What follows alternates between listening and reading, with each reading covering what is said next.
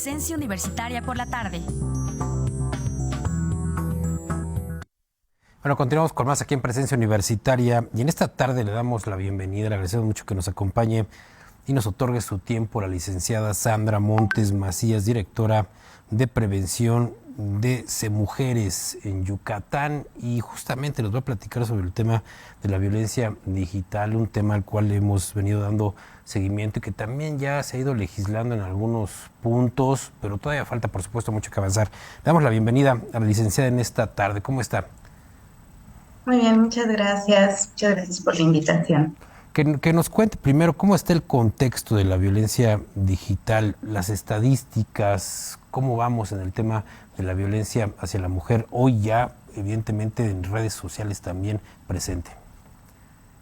Bueno, las estadísticas, al menos a nivel nacional, aún se están actualizando, porque bueno, la ley Olimpia todavía tiene poco que se aprobó, y al menos en Yucatán, bueno, teníamos un antecedente, pero fue derogado el artículo en el Código Penal mediante el cual se tipificaba este delito como violatorio a la intimidad y a la imagen personal.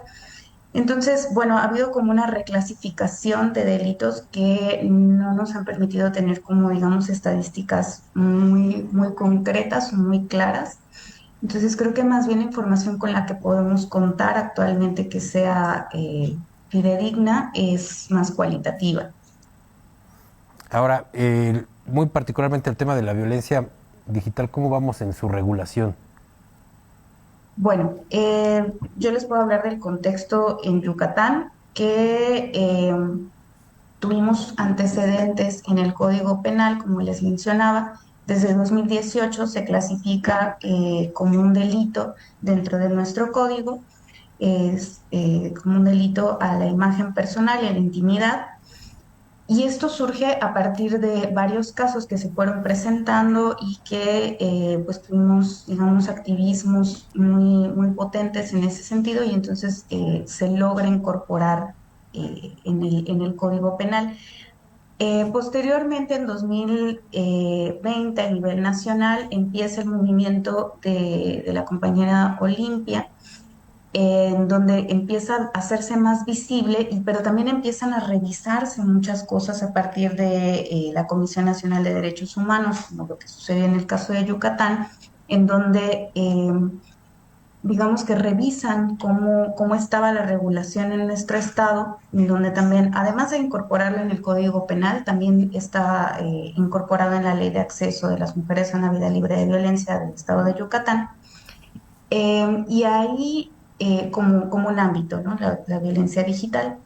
Y ahí empiezan a revisar a partir de las modificaciones que se empiezan a hacer a nivel nacional y de la ley Olimpia que se aprueba, y pues digamos que se viene para atrás el avance que teníamos en la materia en Yucatán, y a nivel nacional empieza a tener más relevancia a partir de la ley Olimpia, y empieza, digamos, como a homologarse en algunos estados. En el nuestro sigue, digamos que sigue nuevamente como analizándose la situación por esta problemática con el Código Penal que ya existía. Sin embargo, creo que en todos los estados sucede, y esto lo platicábamos a partir de una red que se integró, red, por la violencia contra las mujeres en Internet, por la violencia de género, perdón, en Internet, que platicábamos con unas personas chilenas que han trabajado mucho en el tema,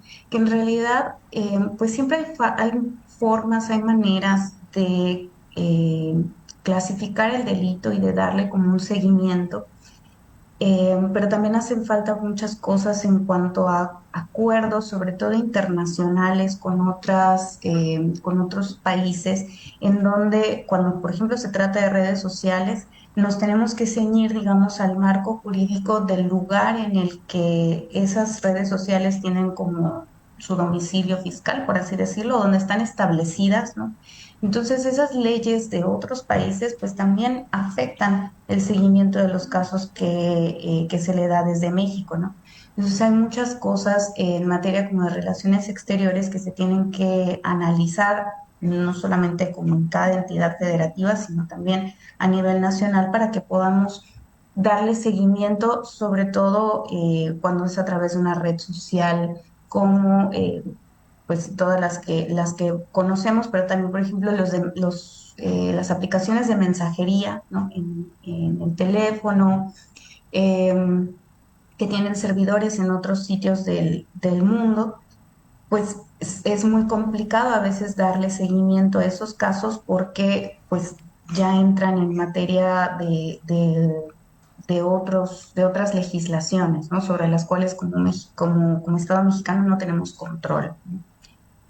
Ahora, licenciada, sabemos que en todos los delitos tenemos una importante cifra negra y me imagino que todavía debe de ser mayor en este tipo de temas que evidentemente no son fáciles de denunciar y además pues se dan en redes sociales, lo cual la autoridad a veces lo desestima.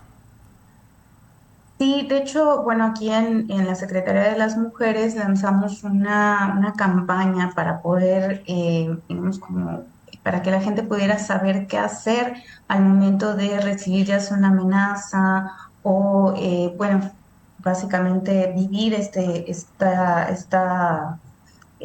violencia a través de redes sociales, ¿no? Violencias puede ser sexual, psicológica, ¿no?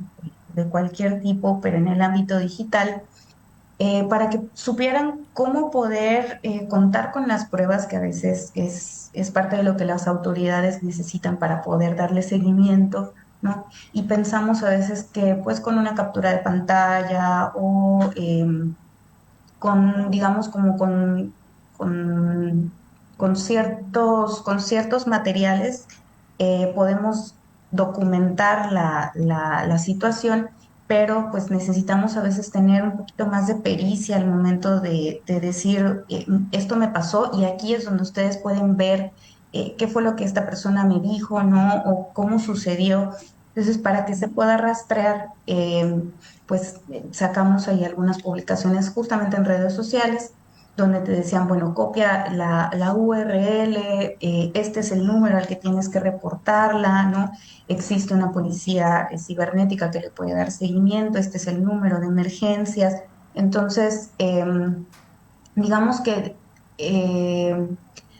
se han realizado como muchos esfuerzos, pero creo que también el tema de identificar la violencia y poder decir, esto que me está sucediendo es un delito y sí puedo hacer algo, ¿no? Todavía es lo que nos ha costado que suceda, ¿no? Que la gente sienta la confianza de poder decir, voy a voy a acudir con las autoridades y me van a creer y me van a hacer caso y va a haber seguimiento, ¿no?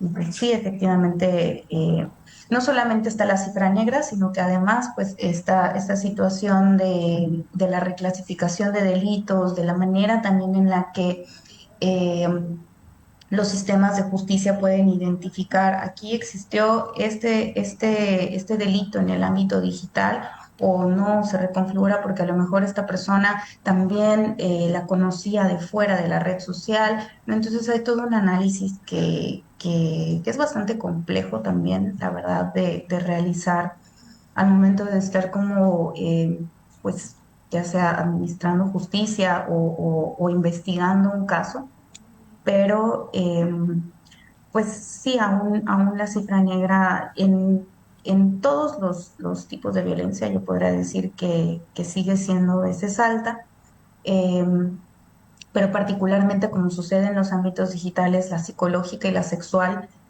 sobre todo la sexual a veces es muy difícil de poder pues abrir esa situación que una persona haya vivido con una autoridad, con otra persona, ¿no? Que suele causar mucha culpa, mucha vergüenza, ¿no? Los efectos son bastante severos, ¿no? Pues gracias, licenciada. Desafortunadamente se nos termina el tiempo, se nos terminó ya el tiempo. Le agradecemos mucho por habernos atendido y ojalá podamos platicar en otra ocasión. Le agradecemos mucho. Muchas gracias a ustedes. Hasta luego. Muchas gracias, licenciada Sandra Montes Macías, directora de prevención de de las mujeres de prevención de las mujeres en Yucatán. Muchas gracias. Gracias, buena tarde.